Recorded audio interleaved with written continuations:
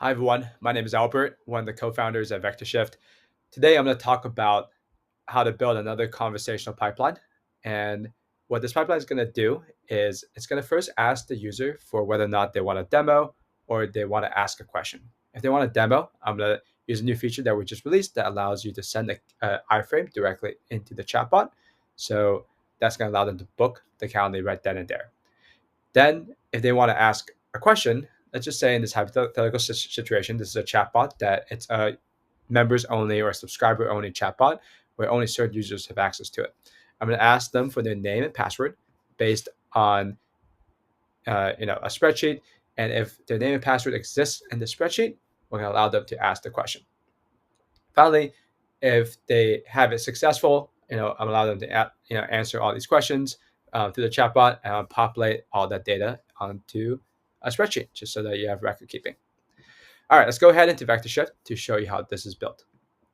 So let's go ahead and click New on the pipelines page. Let's press Create a Pipeline. Let's go ahead and review the different types of pipelines that you can build in VectorShift. There are basically three types of pipelines that you can build.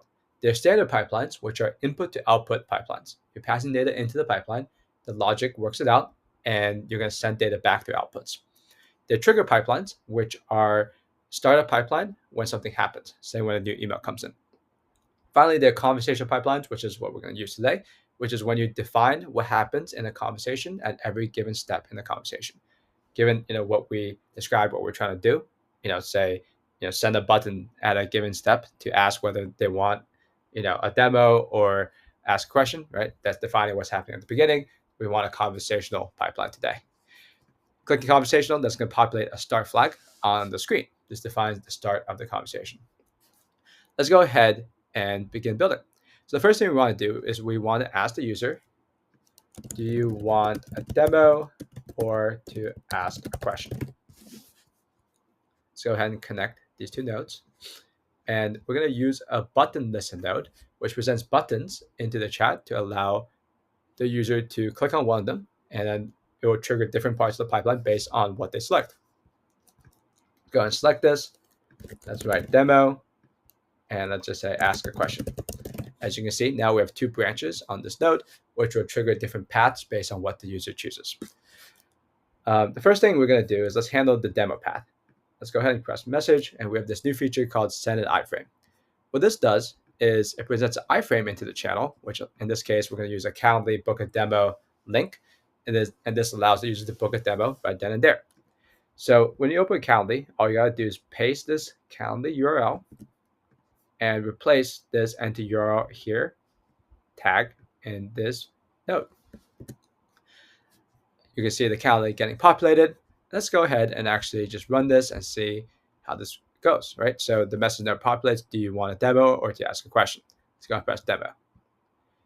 And there we go. We have Calendly populated, and you can go ahead and select a time that you want a demo. All right, let's go ahead and ask a question. Let's do the ask a question path. So in the ask a question path, we want to, as I mentioned, first ask the user for the name and for the password. And only if the name and password matches the spreadsheet will they proceed. So let's go ahead and press send a message note. What is your name?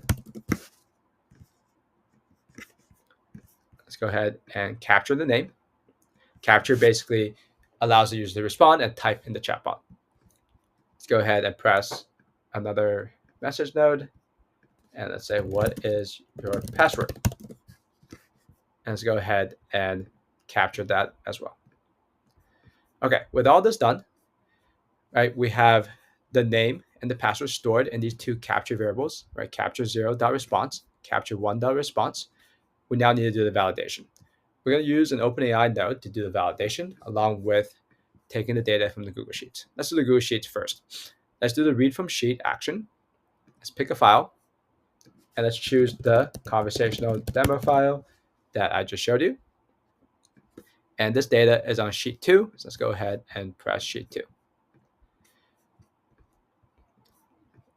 All right, so I've written a prompt before this just so that this demo will go a little smoother. Basically, I have a prompt that says your job is to validate whether the name and password of the user currently in the conversation is contained in a list of approved names and approved passwords. And basically, it's taking the name and the password from the conversation, and we're saying, does the name and password match data from the spreadsheet? Go ahead if you want to, pause the conversation. You can copy this prompt, but I'm just going to go ahead and connect all this in now. So the name is under capture 0. So you can use double curly braces to open up the variable builder. So we want capture 0 dot response, and the password is capture 1 dot response. And then we have to send in the approved names that's coming from the Google Sheet and approved passwords. All right. So all we got to do now is use a condition node to route the conversation into different paths based on what happens. Let's go ahead and drag a conditional path out. Let's go ahead and connect the OpenAI node to this and just say if it equals yes, because I have this OpenAI node outputting yes if the person credential matches, and I have it outputting no if it doesn't. Let's go ahead and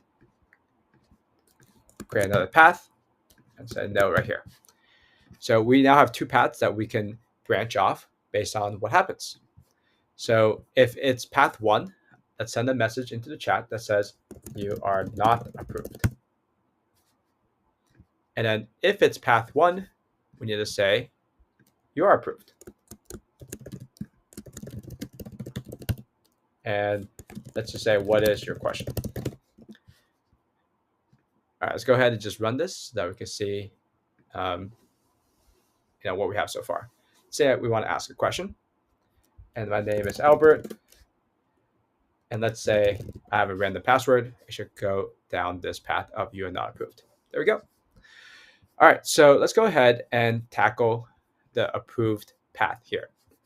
Let's go into a simple RAG chatbot now. So let's use an LLM, and let's just say answer the question based on context.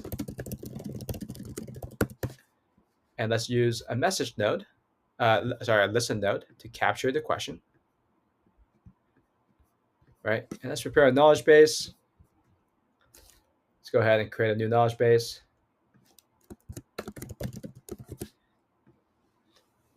In the knowledge base, you can add files, you can add integrations, you can scrape URLs. Let's go ahead and just scrape the VectorShift homepage.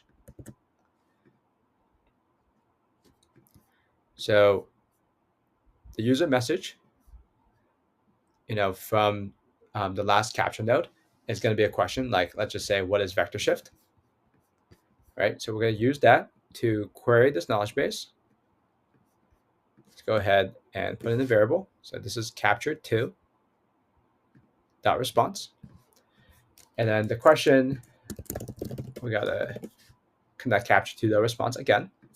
And the context is coming from the knowledge base. All right, so this LM is generating the response. Let's go ahead and send it into the channel through a message node. So we're going to do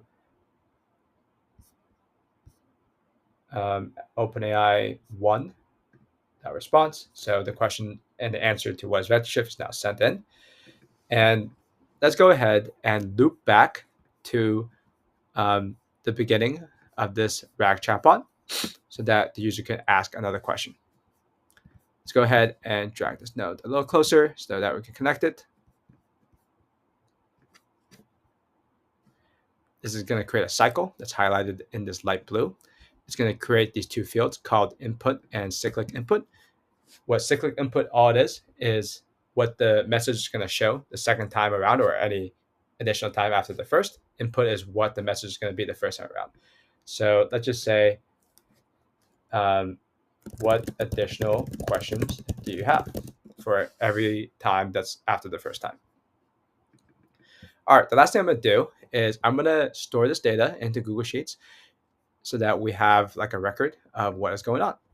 So let's use the add new row functionality. Let's pick a file, conversational demo, and we're going to store it on sheet 1.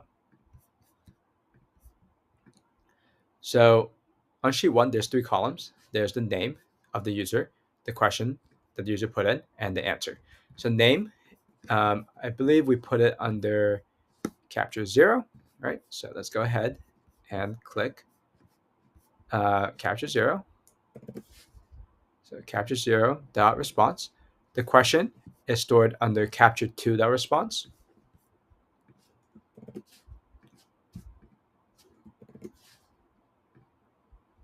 And then the answer is provided by this LLM. Let's go ahead and connect OpenAI 1, dot response.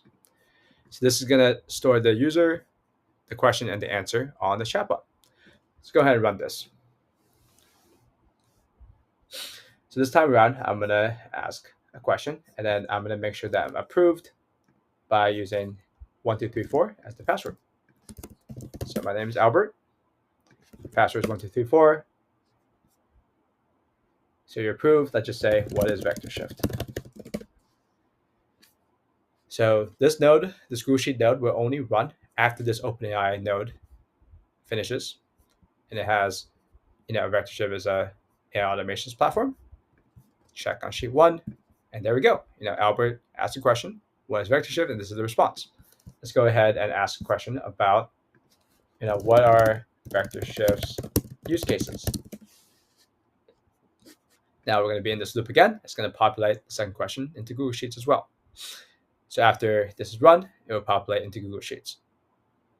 There we go. So we have the second question, also run by Albert, and what are VectorShift use cases? That's the question.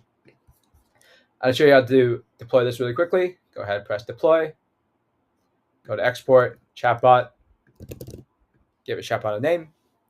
You can give any cosmetic changes, and then you can deploy this on your website just through export code, through a script and an iframe that you can paste right in. Hope this video was helpful. Thank you very much. Feel free to reach out if you have any questions. Take care.